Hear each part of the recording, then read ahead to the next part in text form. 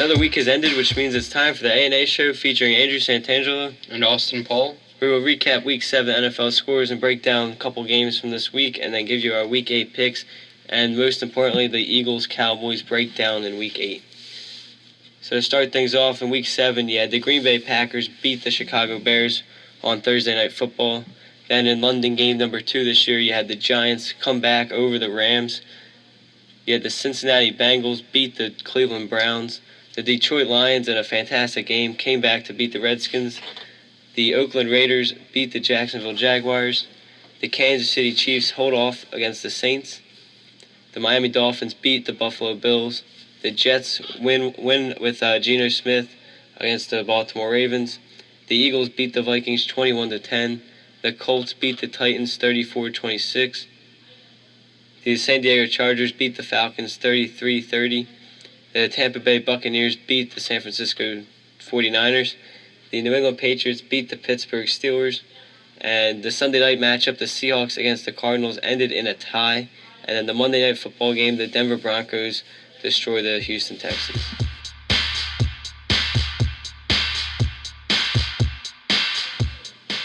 So to start things off, we'll talk about the Vikings at the Eagles, as the Eagles ended that 2-game losing streak with a great defensive performance to beat the Vikings. The offense didn't really show up in this game as Carson Wentz struggled mightily in this game, throwing 2 interceptions, but the defense was able to hold off the Vikings offense as they forced 4 turnovers and had another special teams touchdown off a Josh Huff kick return touchdown for the second straight week. As far from an Eagles fan standpoint, defense looked really good, so I was really happy to see that as after struggling against the Lions and Redskins, they looked back to the way they looked the first 3 weeks of the season. But I did not like to see all those turnovers by Wentz, as he did not look like the same quarterback. Because even in the games they lost, I thought Wentz played well. But in this game, he looked like a true rookie for the first time this season, I thought.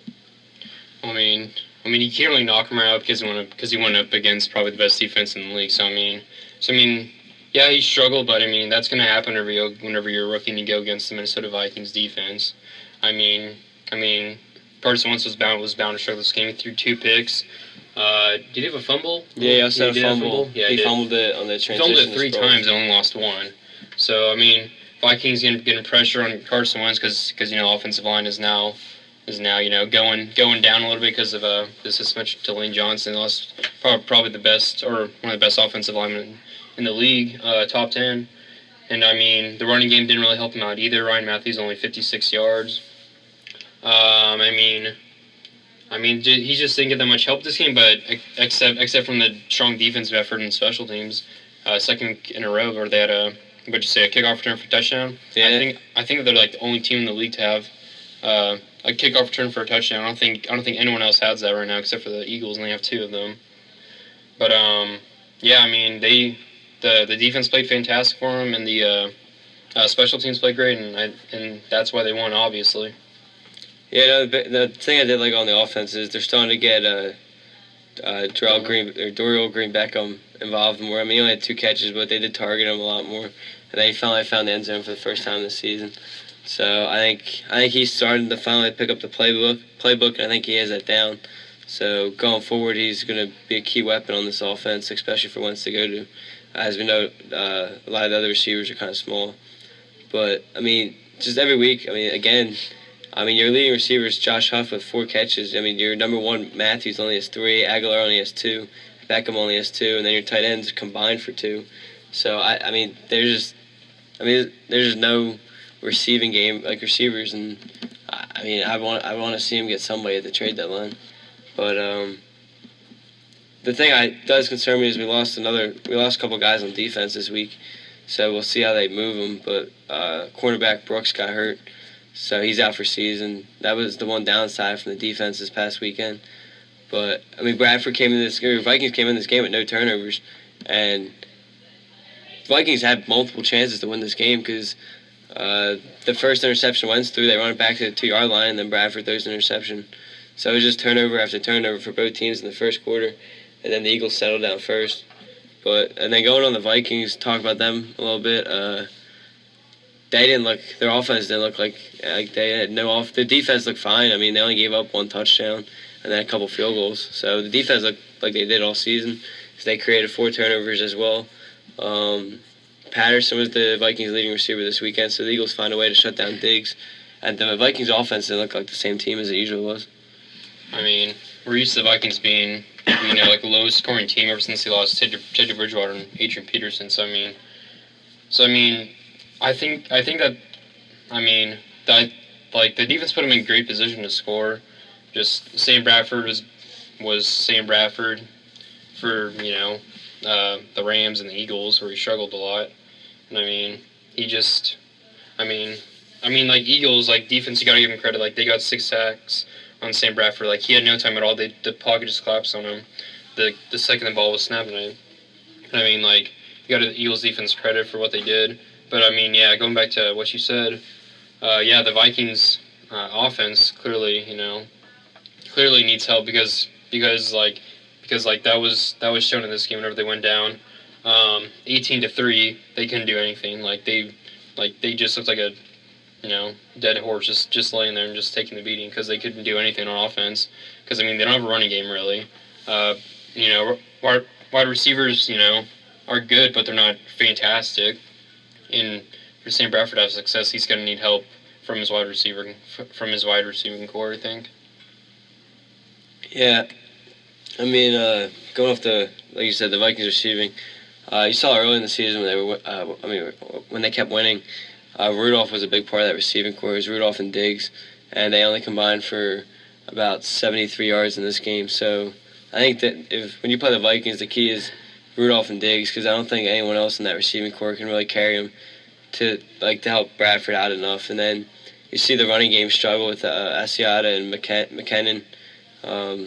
They didn't do awful. They combined for 88 yards, but you probably want to see more out of that with Bradford being the quarterback. So we'll see how they go down the road going forward with that. But that offensive line did struggle a lot on Sunday. I mean, the Eagles had their way the entire game with them.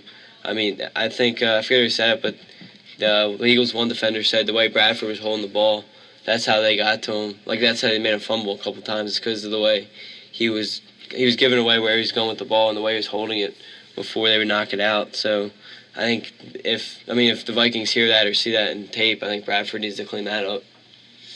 He needs to clean a lot of things up. I mean, that's true. I mean, that I don't know where he was looking on that interception. I mean, there was like 3 Eagles guys there, and it literally went right to our defender. The one in the end zone? Yeah, the one in the end zone. Like, we had 3 guys surrounding him. Mm. I mean, Sam Bradford's being Sam Bradford. I mean... Well, he doesn't look that bad this year. Like, no, he doesn't. It's just... I mean, I just think that he's on a good team, and he's a quarterback, so he gets more credit than I think that, he really deserves. Because, this team probably be, 1-4, 2-3 if they weren't... Or, 1-5, 2-4, whatever. If they had a bad defense and Sam Bradford is the quarterback, they would not be 5-1 right now if they had a bad defense. Oh yeah, their defense definitely. Yeah, their defense is the reason why they have 5 wins right now.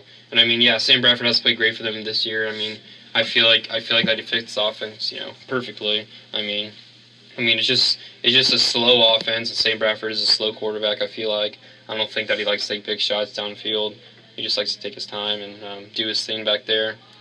But the running game, really needs to help him out. They had 93 rushing yards this game, which isn't that bad against the Eagles, one of the top rush defenses in the league. But they just, I don't know, the running game just did not look like how they usually do. I feel like they just kind of like shied away from that in the second half whenever they went down. But I think Vikings will be fine. I think that just Eagles just played them great. Special teams was fantastic. Defense was fantastic. And Vikings. They'll be fine. I think that they're still gonna make the playoffs. I still think they're top 3 team in the league because of that defense. And I think that when it's all said and done, I think that they'll be in the playoffs. Oh yeah, everyone's gonna lose the game. You're not gonna go undefeated. So I don't think Vikings have any reason to be concerned. I still think they're the best team in that division. They already beat the Packers once this year, so we'll see what happens when they play each other again. But the way Rodgers is playing this defense, I I definitely think the Vikings will hold that division crown at the end of the season and get that home playoff game. So, from a Vikings fan point, I mean, it's just one game, just one loss. Bounce back game next week against the Bears and move on from there. But I do think that this is kind of like a little wake up call for the offense, because I mean, like, Sam Bradford needs help. He can't do it all by himself with the subpar receiving core at best. No one on the receiving core, I think is a big threat to just take over a game. You can just throw up to him and they'll catch it. I don't think that they have that really, except for maybe Kyle Rudolph. But I mean, other than that, he's not that fast. He's a big guy, but I mean, I just think Vikings need to make a move and try to trade for wide receiver at some point if they can. Yeah, I agree with that. And there's gonna be multiple receivers in the market. You already heard Alshon Jeffrey, Torrey Smith. Yeah, I heard about that. Maybe Terrell Pryor. I mean, those are all guys that. I mean, I take him on my for receivers. So there's gonna be guys out there to trade for. It's just a matter of them pulling the trigger. Yeah, if you want to pull the trigger, because even they're gonna have to learn the whole new playbook. So yeah. That's why you don't see as many trades in the NFL compared to other sports. Yeah.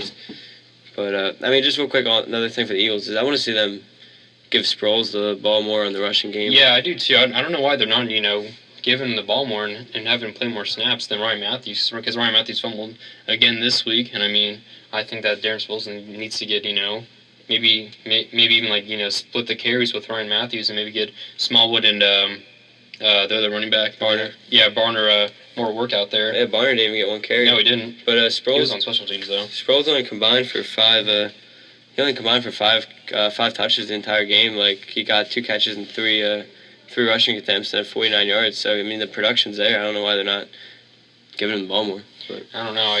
I guess that they just like Ryan Matthews being more of like a running back instead of having like passing back. But I think Matthews can. I think he's better like throughout the game if you need like a pound for pound. No, yeah, I run. totally But agree. like late in the game at this point, I'd rather just see Sproles. I trust him more with not fumbling. He rarely fumbles. I feel like too. I don't think I've ever seen like 1 or 2 fumbles by him. But yeah, I don't know. That's any fumble. Yeah. But I have a quick question. Do you think that the Vikings and Eagles are two of the top 5 teams in the league, or in the NFL or yeah, the conference? In the NFL. I would not put the Eagles in the top 5 for the NFL. I feel like maybe you could consider, just because they beat the Patriots and now the Vikings. Two very good teams. Maybe the Steelers.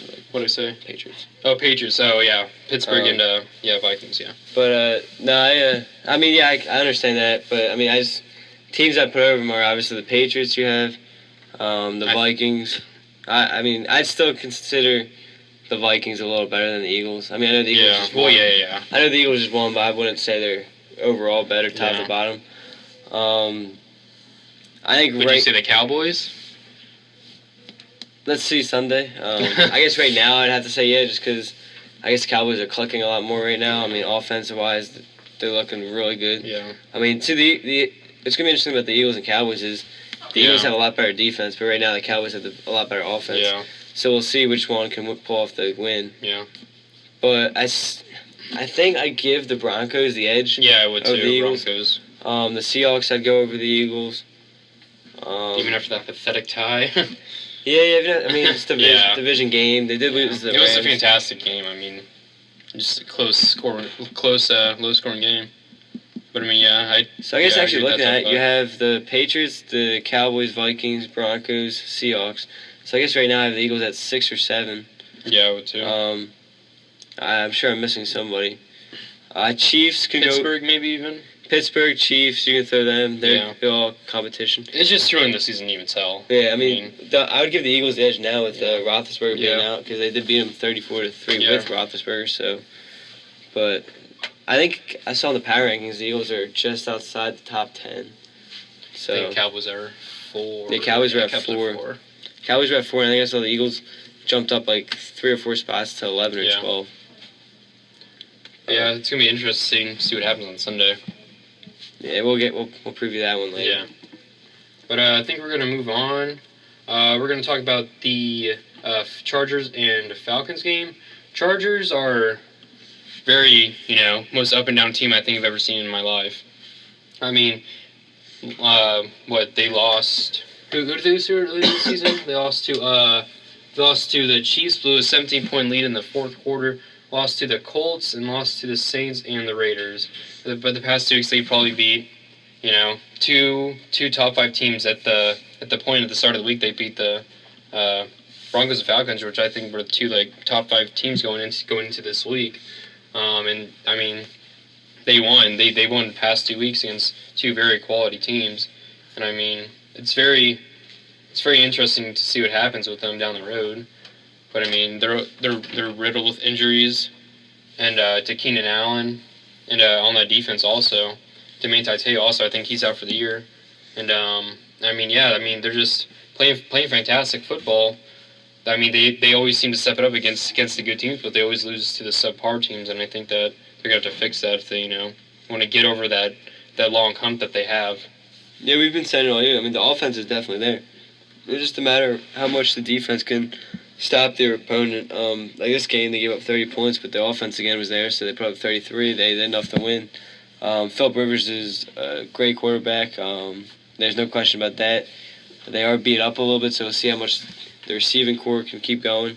You saw Terrell Williams get 140 yards this game, so I think he's going to step up big for that team as he's been doing all year.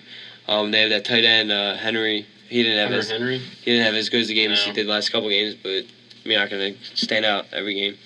Then they also got Travis Benjamin. So I think the offensive weapons are there. It's just a matter of how much the defense can hold them. But I could see them fighting for a wild card spot in the AFC. I don't know if I can see that just because they're so up and down, and they did with the Broncos. They play them this week again. But I mean, I just don't see them beating the Broncos or the Raiders again, just because those 2 teams have decent defenses, or great defenses for the Broncos, and the Chargers' defense is subpar. I mean they gave up 174 receiving yards to Julio Jones, which Julio Jones already burned Carolina for 300. But I mean like you got to give a better effort. I mean at some point you just got to double team Julio Jones to stop him. But going back to Chargers, I mean their offense there, like you said, they got Melvin Gordon's having a fantastic year. 2 touchdowns. I don't know how many touchdowns he has on the year, but I mean he's getting close. I think to 7 or 8 or something like that. He's playing great. Phil Rivers played good. He did throw a pick, but I mean it's going to happen. He got sacked 4 times. Offensive line.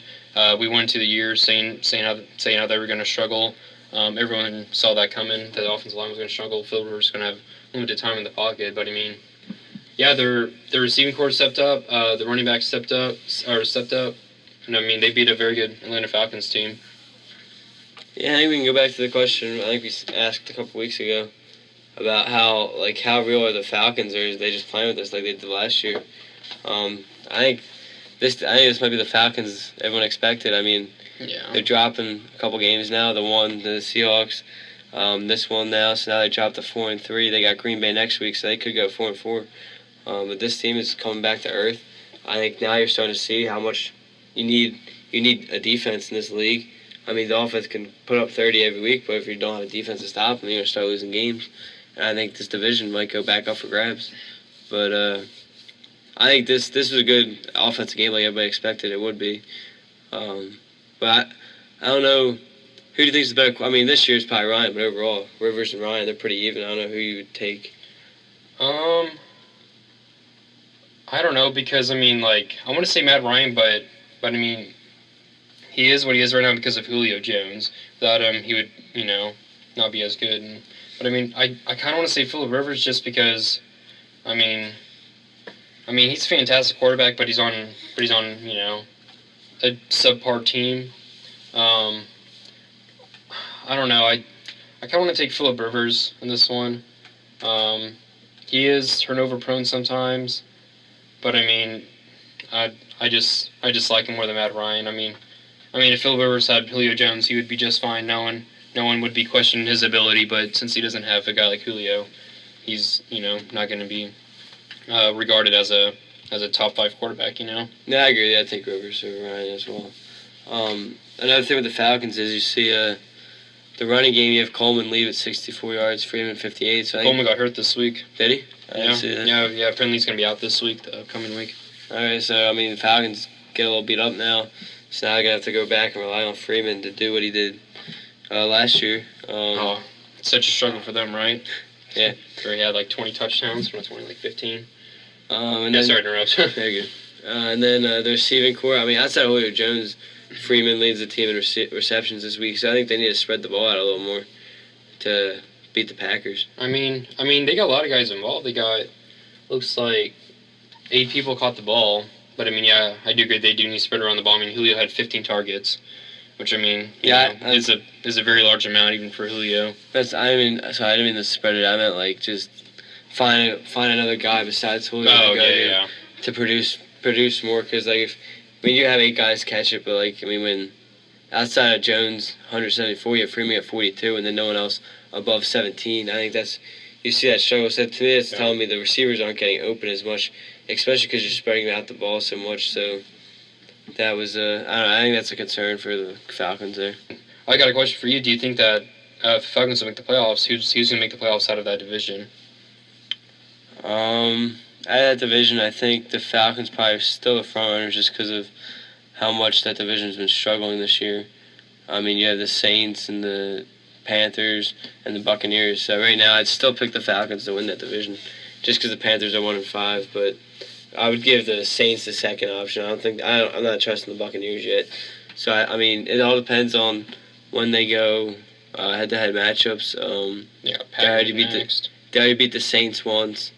So the Saints would have to win that second game. It's actually the last game of the season. So, but let's say they lose to the Packers. They could lose the next 3. They could lose the next 3 games, honestly, to the Packers, Buccaneers, and Eagles. And then even the Cardinals, they actually lose to too. It's a tough stretch. Yeah. So they're gonna have to steal home games. They're gonna have to beat the Packers at home because they could lose on the road. Yeah. Because they got the Buccaneers and Eagles on the road. So. I think that they can beat the Buccaneers, but I think that Packers is gonna be a tough game. I think they could beat pretty much anybody left on the schedule. It's just a matter. Well, yeah, I could too, but it's just a matter how that defense holds up. Yeah, I mean, the Falcons' success is very determined determined on their defense. I mean, I think you'd agree with me, Andrew, whenever I say that. I mean, the Falcons, their defense needs to play good for them to win because the offense scored 30 points, but they gave up 33. I mean, that's not going to win you very many football games. Whenever you give up 33 points, I mean, you just got to play better. Another thing is, like, when they play his teams, you're going to say, yeah, Julio Jones, he's going to kill the Packers. So the Packers won't have a chance because Julio Jones is going to go off, or Julio Jones is going to go off against the Eagles secondary or whatever. But, I mean, this game proves it. You put Julio Jones at 174 yards, and they still lost. So, like, Julio Jones can still go off, and you're still going to lose. But, like, even if when the Eagles played the Steelers, Antonio Brown, yardage-wise, went off. He had, I think, close to 190 yards. But, I mean, unless if the other areas in your team step up, like the defense, you're still going to lose the game. Yeah. That's the one area that they struggle. I mean, their offense is perfectly fine, like what we've been saying the past few weeks, but their defense needs help clearly. And I mean, maybe they need to make a move also at the trade deadline and acquire a defensive player. I mean, they got Quan O'Neal. I think he's a rookie and he's playing great for them. But I mean, outside of that, Corny Upshaw, he's good. Vic Beasley's good. But I mean, they just need help on defense. I feel like defensive line, they need help. Cornerbacks need help. I mean, just a subpar defense. They really need another key player on defense if they want to make the playoffs and do something in the playoffs. But yeah, it's all gonna come down to defense in my opinion. If they want to win. If they want to win and make it to the playoffs, especially with the upcoming schedule that they have coming up, pretty tough. Yeah, I mean, it's gonna be interesting to see how much they miss Coleman. I think he end up being a pretty big loss for him because they used him a lot on the receiving end of the game too. So Matt Ryan's gonna lose a weapon in that area outside just the rushing game. So we'll see how that plays out. But I think moving on, we'll jump into the Miami Dolphins and Buffalo Bills game, as the Dolphins, to me, upset the Bills in this game, 28-25. As the Bills, a game that they could have won, especially going into that Patriots game where they could have just been a game out of the division. They struggled in this game in all areas. Giving up 28 points to the Dolphins. Defense struggled. Tyrod Taylor, 220 yards and only a touchdown, another struggle. McCoy got hurt in this game. I think he ended up leaving early as he was He was questionable. hurt coming into the week. Yeah, he was hurt coming in, and then they tried to give him a go. Yeah. But I think he Yeah, re-aggravated that hamstring, which caused him to leave the game early. Yeah, He which only was kind of a bad idea on their part to play him, Yeah. just because he's the best offensive player. It was weird because they said he was out, Yeah, and then they unrolled him out, made him play, and then you kind of figured he was gonna struggle. A struggle, bit. especially because when you hear he's out because of a hamstring, you know it's bothering him. Hamstrings. Yeah, And then all of a sudden on pretty bad Sunday they're injury. like, "Oh, you can play." Yeah, Actually, remind me of this real quick. Dolphins lose one of their running backs due to retirement. Aaron Foster. He announced his retirement after I don't even know how to say that guy's name. Dolphins running back now. J.J. Yeah, he continues to play well, so I think Foster might realize he's gonna lose a starting job or something. Yeah, I think that Foster retired due to injuries. I mean, he's been injured about the past 2 or 3 seasons now. Yeah, he gets hurt every year. Yeah, I mean, you got to feel for him just because whenever he was with Houston, he was top 3 running back in the league. I think you would agree with me, Andrew, whenever I say that. He was a top running back in the league, no doubt about it. But yeah, this is a sad loss for the Dolphins. Or I don't know if it's really sad just because he was on the back end of his career, 31 right now, and I mean, sucks to see him go just because he was such a fun player to watch from a fan standpoint. But yeah, I mean, game's gonna miss him. I think that he was a fantastic running back for the league. But I mean, it's Jay Ajayi's team now on running back, and I think that.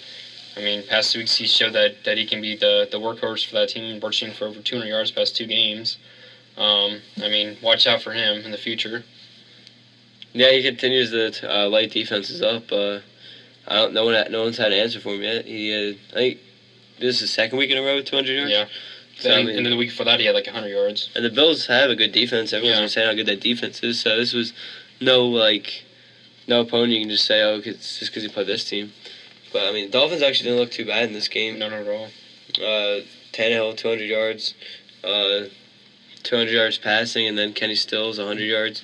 So, and then Landry, 78 yards. So, everyone was there. I mean, there's only 3 receivers, which I thought that's not a lot of spreading the ball around because then you had Foster, and then Foster got a catch. So, Dolphins didn't look too bad. They're 3-4 now. I mean, I don't think either one of these teams are going to give the Patriots a run. The Bills already beat the Patriots once this year, but that was without Brady. Yeah. So we'll see how they do this weekend. But as far as the division goes, this will be a must-win for the Bills this weekend. Yeah. But I think as far as the Bills go, if McCoy's healthy, Bills could play pretty good football, and the defense just needs to get back to where they were. So with the healthy McCoy, I think the Bills could fight for a playoff spot. But I think another problem with the Bills is they have no receivers as well as Watkins is always hurt, and then so this game you have Goodwin lead with 93 yards on 4 catches, and no one else has more than 2 catches. So I think the Bills struggled in this game. Reggie Bush, I guess, would Reggie Bush be the go-to back if? No, I think Gilsley. Is that how you say his name? Gilsley. Yeah, Mike Gilsley. He's 25. Yeah, I think that he's going to be the lead back whenever McCoy is sitting out. I think Reggie Bush be kind of like a change of pace back next couple of weeks.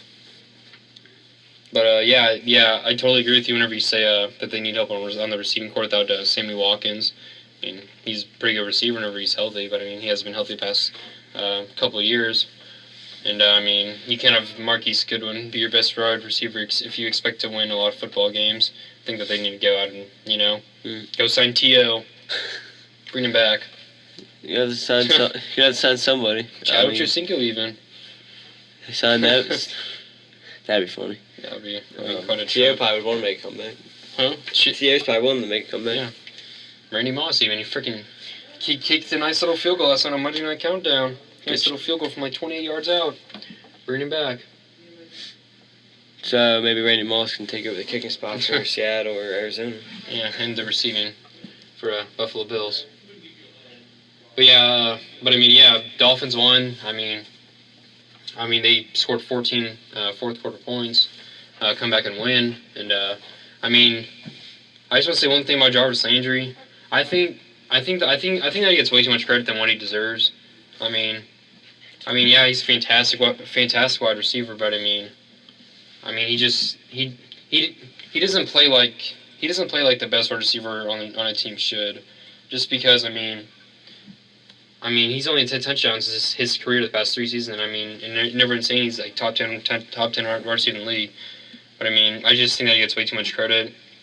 And I know that you can easily blame him on Ryan Tannehill. But I mean, Jarvis Landry needs to make more plays for them. I think if he wants to, continue to be considered a top wide receiver in the league. Because I mean, people are starting to figure him out. Yeah, I think the yardage is there. I mean, he's already close to 600 yards this year, so I think the yardage is there. It's just they don't use him in the red zone as much. I don't think he's as big of a deep ball threat as they thought he would be. Yeah. But I think it has a lot to do with Ryan Tannehill. Yeah, I agree. But I mean, just so Jarvis Landry should be making more plays than than what he's done his career so far. Yeah, I agree with that. I think they expected more from him, and maybe you can see that going forward. But I think a big thing with Dolphins is the offensive line not giving Tannehill a lot of time, so he's rushing the ball a lot. So we'll see how they go from there. Oh, did you see? I think over the weekend it was like the Bully scandal, whatever. I forgot what the guy's name was. Richie Incognito. No, the other guy. Whatever his name was, like he tried to like apologize to, like Richie Incognito for like basically like ruining his career, and Richie Incognito was just like shut up, get out of my face. He was like all mad at him. It was pretty funny. I don't know. I saw like the update. I was like, good. He probably kind of deserves that, but because I mean he ruined a man's career. Yeah, I mean like we don't know the behind the scenes stuff that what happened, so I can't really say anything. Yeah, I heard a little bit about it, not too much. I didn't really look into it when I saw it. Yeah. But yeah, I mean, offensive line going off that, they struggled. They need help. I mean, Laremy Tunsil, I think that he's starting for him right now, if I'm not wrong. I'm pretty sure he is. Yeah. I mean, he should be. I mean, like, clearly he wasn't a big factor this game as, J.J. had 214 rushing yards, but I don't think Dolphins can keep that up. I don't think that they can rely on the running game because, I mean, teams are just going to load the box at some point, and J.J. is just going to be shut down, which, I mean, may give Kenny Stills, Jarvis Landry, Devontae Parker more opportunities to make plays downfield. But, I mean, it's going to be interesting to see what happens. I think they have a bye this week, and then they come out. I'm not really sure they play, but yeah, they got a bye week 8 coming up. I mean, I think J.J. is going to be good for them, but, I mean, teams at some point are going to realize that they run the ball a lot. I mean, they have 41 carries this game, and teams are going to start, playing to that and planning their defensive game plan around J.J. Yeah, I mean, because I think the Dolphins are at a point where you can focus on the run game. Tannehill's not the best quarterback in the NFL, not even top 10. So I think you'll focus on the running game. I mean, he had 28 attempts, so he had more attempts than Tannehill at passing. So that's gonna be a main part of their offense. So the Dolphins or any defense facing Dolphins will definitely focus on him, especially not having much tape on him yet. Just these 2 big games mainly before. We had a couple games before that, but going forward, yeah, like you said, just focus on the run game. Moving on, we'll go to the Sunday night game, which was the tie of the week, 6-6. I thought the tie helps the Seahawks more than it helps the Cardinals because as the Cardinals fell behind in the division early, Cardinals need this win. So even though it's a tie, I think the Seahawks end up having a small win in the sense of that division. A small win, in the sense of that division, just because Cardinals didn't gain any ground on them, and then they didn't lose any ground either. So they're still up on them in that case. Seahawks continue to get Jimmy Graham involved. He didn't really show anything in regulation, but they used him a lot in overtime. The big thing in this game was obviously the missed field goals, as I don't remember what the Seahawks was. I know it was a shorter one, but it was like 25. So yeah, the Seahawks missed a 25-yarder to win the game. The Cardinals missed a 24-yarder to win the game. So I mean, I guess neither team was meant to win. I don't know. But this was a great defensive battle. Like everyone I've said on the show before, I'm more of a defensive battle than an offensive battle. So I enjoyed watching this game. Oh yeah, this game was a fantastic game to watch. I mean, it's always fun watching a great defense go to work on a team. Or I guess 2 great defenses in this case went to work on each other. There's really nothing you can say except just a hard-fought defensive game and ended in a tie. What are you gonna do? Maybe a new kicker. Yeah, No. probably. I mean, I think Seahawks still. I think their kicker's still one of the, No, yeah. one of the better ones. Yeah, Just an I agree. off game. And then even with the Cardinals, I think did one get blocked? One of those missed ones get blocked. One did get blocked. So I mean, again, I guess it's just a shame. It's a shame to see when it happens, like to win the game or something, because like they're gonna make these mistakes here and there, but like it gets not overblown, but it gets overshown. I guess like it stands out more when it's to win the games. Is what I'm looking for. Yeah. But the Cardinals, I guess, continue. I mean, the yardage was there. Like Palmer threw for 340 yards. Johnson ran for 113. So they just couldn't find the end zone at all. Yeah. I mean, they still blew up the yardage wise. Yeah. I would say the Seahawks did also, but they really didn't. I think that the defense just put them in good position to win the game along with the Cardinals. But I mean, Seahawks, they just cannot move the ball at all. I don't think they cannot really convert on third downs. They got into bad situations, and that was clear throughout the game that the Seahawks offense struggled a lot against the Arizona defense. I mean, I would say top 2 defense in the league, but you also have Vikings, but probably top 3 for sure. These 2 defenses, I don't really know what you put up there right now. But yeah, I mean, just fantastic defensive game. Russell Wilson had 225 yards passing, and Christian Michael 52 yards rushing. But I mean, they put themselves in great positions to win. I mean, the kickers just missed field goals, and I mean that's why the team's tied, just because of missed field goals. So I mean, nothing you can really do about that. A player I think the Seahawks missed big time is Marshawn Lynch. They really missed that running game, and you're starting to see it. I mean, I know they're 4-1, but the offense just is not the same as it used to be with Lynch. That was what we said earlier. One of our first weeks, we said how I mean they're going to have to rely more on the passing game now that Marshawn's gone, and I mean they threw 37 this game, and I mean for only 225 yards. I mean if they have Marshawn Lynch, probably more like 30 passes by Wilson, maybe like 80 90 rushing yards, which I mean makes all the difference for a team is more rushing yards. And I mean, sorry to interrupt, but I just want to say that real quick. Yeah, that was a good feeling.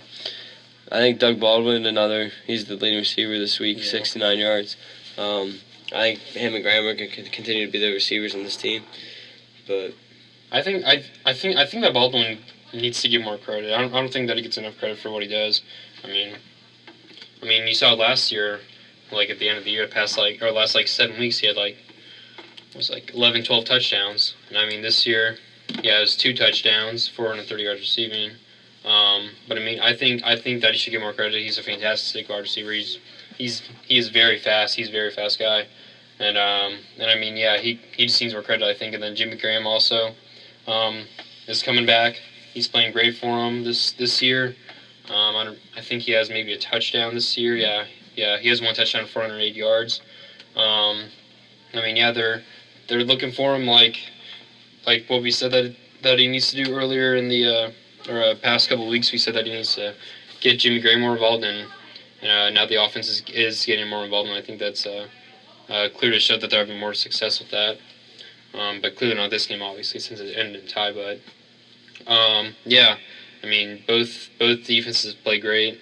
I mean, cause the other offense to struggle. And, I mean, what are you gonna do? Just going real quick on the tie case of the game. Do you like how you can end in a tie in the NFL, or would you rather them change the rules where you keep playing until there's no tie? I mean, I don't think that there should be a tie, and I don't know if they should extend the time of overtime just because if a team doesn't score more than the importance of 15 minutes, I mean. Well, I mean, you could go with the sense of kind of what college does. Yeah. Go somewhere along that line. But I feel like what colleges is more for entertainment, because I mean, what they're at the 35-yard line, and you just got to score a touchdown from there, and you're fine. Mm-hmm. And I mean, I think that if the NFL did that, would be more of kind of like a fantasy factor. Like people watching more for the fantasy, just because they're at the 35-yard line, an easy touchdown for fantasy players. I think that they're not going to do that just because of that sense of people would watch it more for fantasy then after that. It is because I hate seeing games end in a tie. Yeah, I do too. But I don't know how they could change it to where it's not college. I mean, maybe they put it to 50, something like that. But I mean, I don't really know how they could fix it. But I mean, like it happens like once a year, twice a year at the most. That's that, yeah. Yeah, and I mean it's a very rare occasion, but whenever it does happen, I mean people get pretty mad about it, just because it's a tie. I mean, there's no winner, and just boring kind of to watch to tie. Because I mean, do you celebrate? Do you cry? I mean, what do you do? Yeah, I don't think either. You're happy to lose, but you're not happy you won. I mean, just also from the player standpoint, you just put in all that work. Yeah, and you just spend you're an hour of game time. Spend the entire week preparing for this game, and then you get to the game and end in a tie. And then from a fan's standpoint, you just spent 4 hours watching the game. You wait all day for the game, especially if it's Sunday night, like this case, and you watch a tie. So you're just like, no, what? Do I go to bed? Like, I mean, do you yeah, I mean, ties suck. Well, it's like almost has no. I guess hockey has ties too. Or no, they have shootout. Hockey got rid of ties. They have the shootout. Oh, they did? Yeah. Never mind, then there you go. Because you can go unlimited shootout rounds now. Oh, finally. They changed that. But yeah, going back to football, yeah, I mean, ties suck, especially for the NFL. I mean, there's only 16 games a team plays, and I mean, whenever you see like 10-5-1, you're like, really? A tie? I mean, ties are just something that are good for sports. I think, and NFL might need to do something about that. I mean, maybe even like, I don't know, like a field goal off, like whatever, just kick a certain amount of field goals. Whoever misses first loses. But I mean, this game does not really matter. That'd actually be funny to see. I mean, it'd be kind of funny to see, honestly. Yeah, I totally agree. Move it back like 10 yards and try to make one. 10 yards. It's kind of like horse. You go from like different angles to try to kick it in. I think that'd be kind of a funny thing. But who can hit 70-yarder first? Yeah, be a great thing for the NFL. Great entertainment for sure for a fan. I mean, yeah. I mean, I don't know if we can say anything else except for just fantastic defensive game from both Seattle and Arizona, and in the time, and I'm excited to see whenever they play again. Yeah, it will be another game to look forward to. The defenses, I think the defense, we all knew that both teams had pretty good defenses, so next game is going to be, I mean, that'd be funny, like next time it's like a shootout. It's just like a 39 game, like, okay. But it'd be funny if NFL should add to the Pro Bowl a field goal contest, like a 3-point contest. I mean, that'd be funny. I totally agree. I mean, like, the Pro Bowl is so dumb. I mean, like, let's be real. Do you enjoy the Pro Bowl? I couldn't tell you watch time watch more than a quarter. Exactly. For the Pro Bowl. I mean, no one watches it. I mean, I think that what Goodell should do for the Pro Bowl is implement stuff like what the NBA does, like the 3-point dunk contest, skills challenge. They have that. I think that the NFL Pro Bowl, they should have like what the draft combine does and what those players do, where they test their speed and like run like 40s, see like the fast player in the NFL is, so you can make the most like one-handed catches. Well, just something like that. They just need something else. I think besides just the game. Well, honestly, the NFL is the only, out of the 4 major sports, the NFL is the only one that just does the game. Yeah. Because, I mean, baseball, you have the home run derby. Basketball, you have dunk and 3-point contest. Yeah. The skills challenge, and then hockey, you have the skills challenge as well. I mean, some are fun. In the NFL, there's the only one that, I guess maybe because it's a hard contact sport. Yeah, but I mean, like, but if you do like a small showdown thing, I mean, skill thing, it's not hitting. Yeah, it's not. I mean, like if a player gets hurt, then I mean, it would be very rare to see. I think that if a player got hurt doing like a little like mini game thing. But yeah, I mean, I think like you said, like a field goal kickoff challenge, something like that. I mean, even that would raise the popularity, because I mean, people would want to watch people like Dan Bailey, Stephen Hauschka, Brandon McManus, just some kickers, that are great. Justin Tucker, even. I got my money on Adam Vinatieri. What was it, like 47 in a row now, something like that? Did he break it or tie it? He broke it. He did break it. Yeah, broke it. So. Yeah. I think that we should move on. Do you think so? Yeah, we move on. Week 8 picks. We're gonna move on. Week 8 picks. Thursday night game, always, two random teams. You got Jaguars and Titans this week. Titans the home team. I'm gonna take them. I think DeMarco Murray plays great. I think Marcus Mariota plays great, and I think Jalen Ramsey shines this game. Yeah, I'm gonna take Tennessee as well. they need a bounce back win after blowing that game to the Colts. That was a game they should have won. DeMarco Murray's going to have another big game this week, and they pull out the victory. London matchup, Bengals, Redskins. I'm going to take the Bengals in this one. I'll take Cincinnati as well. I'm still not believing in the Redskins yet. And not either. And I think Cincinnati's still working on to get back on track, and they'll find a way. Yeah, and the Redskins also are going to be without Jordan Reed most likely this weekend as well, so Vernon Davis is also going to step up for him, which, I mean, he's played well, but I think against Vontaze Burfict, linebacker, for the Bengals, I think they'll have more success. The Bengals, same point, I think they will. Here's a good game. I think Chiefs and Colts could be a good game this week.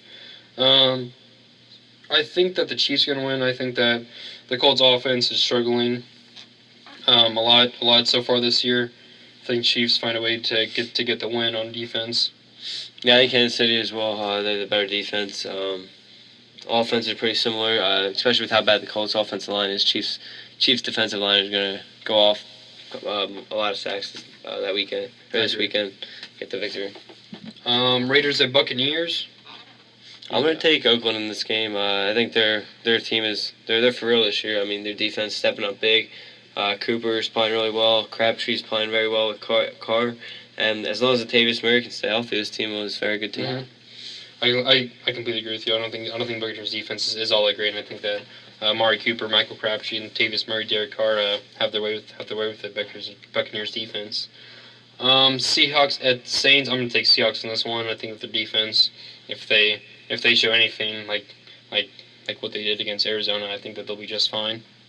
Yeah, I'll take Seattle as well. I think this could be a good close game. I don't know how much the Saints defense is going to be able to hold the Seahawks offense, but I think Seattle's defense will definitely give them the edge. We got Lions at Texans. I don't know. It's kind of a toss-up game because we just watched Texans, completely struggle against Denver's defense. But Lions defense is, not as great clearly, and I think because of that, I'm gonna take the Texans in this one. I'm gonna take Texans as well. I think their defense is gonna be too much for the Lions' offense to handle. Lions, like you said, don't have the best defense, and I think Lamar Miller goes off in this game. Jets at Browns, 0-7 Browns, 2-5 Jets. I think the Jets. I just don't see the Browns getting their first one against the Jets, even though the Jets are struggling right now. Yeah, I don't know if I'll ever pick the Browns to win. I already did it once this year and I regret it, but there's no Jets just better in all areas. Yeah. Then you got Patriots at Bills. I'm going to take the Patriots in this one. I think Tom Brady plays great. Yeah, with the Bills already been shutting out the Patriots once this year, Bill Belichick's going to want his revenge, especially in the Belichick against Ryan rivalry. Belichick's not losing twice. Got Cardinals at the Panthers. I'm going to take the Cardinals. I just don't see the Panthers winning. I just think that they're, going down right now. I agree with you. The Panthers struggle in all areas of the game right now. They missed Josh Norman. Palmer had a good day against that Seahawks defense, so he'll have another good day this weekend and they'll win this game. I got Chargers at Broncos. I'm gonna take the Broncos in this one. I think defense plays better this time around. Yeah, Denver already losing once this year to San Diego. Denver's back home. Denver's defense continues to play well. Still one of the best in the league. Trevor Siemian continues to impress me. It's gonna. I think come down to also C.J. Anderson's gonna have to play a big role, but Broncos win. Got Packers at Falcons next. What do you got? I'll take Green Bay in this game. I think Falcons struggled in the last 2 weeks. Defense. I think Rodgers looked pretty good towards the end of the game against the Bears, so he might finally have something figured out. You saw Ty Montgomery do pretty well at the running game and receiving area, so I think he's another big weapon for the Packers. And it's going to be another shootout. Packers win. Finally disagree. I'm taking the Falcons in this one. I think that Julio Jones has a great game against the struggling Packers cornerbacks, and I think Matt Ryan plays good also. And I think that Devontae Freeman plays good also without Tevin Coleman. I think that he's gonna put up numbers like what he did last year, and I think that Falcons come away for winning this one. We're gonna jump to the Monday night game, so we can break down the Cowboys-Eagles game last. We got Vikings at Bears. I'm gonna assume we're both gonna take Vikings in this one. Yeah, the Vikings are going to be my lock of the week. I mean, after coming off a loss to the Eagles, I don't think they'll lose two in a row. Vikings defense will, especially. I mean, I think Cutler's coming back this week actually, so we'll see how he does. But Vikings, all areas, corners, the defensive line will shut that offense down and find a way to score. Okay, so here's the game of the week probably. Eagles at Cowboys. I mean, obviously, how the Cowboys. Andrew obviously has the Eagles, but we're gonna break it down a little bit. I mean, rookie quarterback versus rookie quarterback. Carson Wentz versus Dak Prescott. I think this is going to be a fantastic game. I think that rookie quarterbacks are going to shine in this game as well. And I think it's all going to come down to the Eagles. Fantastic defense. Top 10 defense in the league this season. And I think that if they're going to win, that the defense is going to have to shut down Ezekiel Elliott if they want to win, and also they're also going to have to put a fast cornerback on Cole Beasley, which I mean every team has tried to do that all year, and no one's been able to have success against Cole Beasley. And I just think that if the Eagles are going to win, it's going to be because of the defense stopping Ezekiel Elliott. Yeah, this is going to be an interesting game because I'm just looking at the Cowboys' strong point is offense, the Eagles' strong point is defense. I would say the Cowboys' best part of the offense is the offensive line and rushing game. Yeah. The Eagles' best part of their defense is the defensive line. So it's going to be interesting to see whose better area is going to be better. Like you said, it depends on how much the Eagles are going to stop Elliott. And it all depends on, because the Eagles' defensive line with Fletcher Cox, I mean, that's their strong point, and that's what's been helping them to get to the quarterback. But Cowboys with the best offensive line in the league, we'll see how much they can hold up the Eagles. It sounds like Cowboys are getting Dez Bryant back, so yeah, they are. That's gonna be another big test for the Eagles defense. I mean, they're beat up on the quarterback position. I think I heard they're moving Malcolm Jenkins to safety this week. They're moving Malcolm Jenkins to a cornerback role this week instead of being the safety. So I don't know if they'll have him cover Bryant or cover Beasley. I don't know what they're gonna do. But so the Eagles are beat up a little bit in that sense. But I mean, it's what we wanted, the rookie matchup. So yeah, this Wentz Prescott, who's better? We'll find out Sunday night.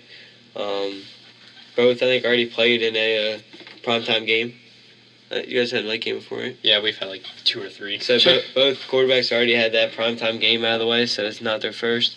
They're pretty close in stats. Wentz 8 touchdown passes to Prescott 7. Less than a little over 100 yards difference with Prescott having the edge in that area. Obviously, Elliott's better than Ryan Matthews. Dez Bryant's the better receiver, but as far as the rest of the receivers go, pretty much even. Tight end at this point in Witten's career, they're pretty close too. But I think it's gonna be a good game. I do too. I think they're two pretty close, even teams. Forward to it. Two best teams in the East, no question. Yeah, I want to say one thing. I hate to say it, but I think that Carson Wentz will have a better game than Dak Prescott. But I think that Ezekiel Elliott will just shine this game like what he has for 6 weeks, or I guess first 6 games. But yeah, I think Carson Wentz is gonna have a better day than Dak Prescott. But I think that ultimately Ezekiel Elliott will carry the Cowboys to a win in this one. But I mean, I think that Dak Prescott will have a better rushing day. But I mean, passing stats, I would give the edge to Carson Wentz this game. But yeah, I think like I said, I think it's all going to come down to Ezekiel Elliott making plays. Yeah, I agree with that. The Cowboys win this game by Elliott. But I think another big difference in this game that's going to help the Eagles win the Cowboys, and why the Eagles can win this game, and will be because special teams. I think the Eagles have better special teams than the Cowboys. So I think that's going to maybe even see a punt return from Sproles. He's due for one. Hopefully not. Due for one this year. He hasn't had one yet, so we'll see how they go there.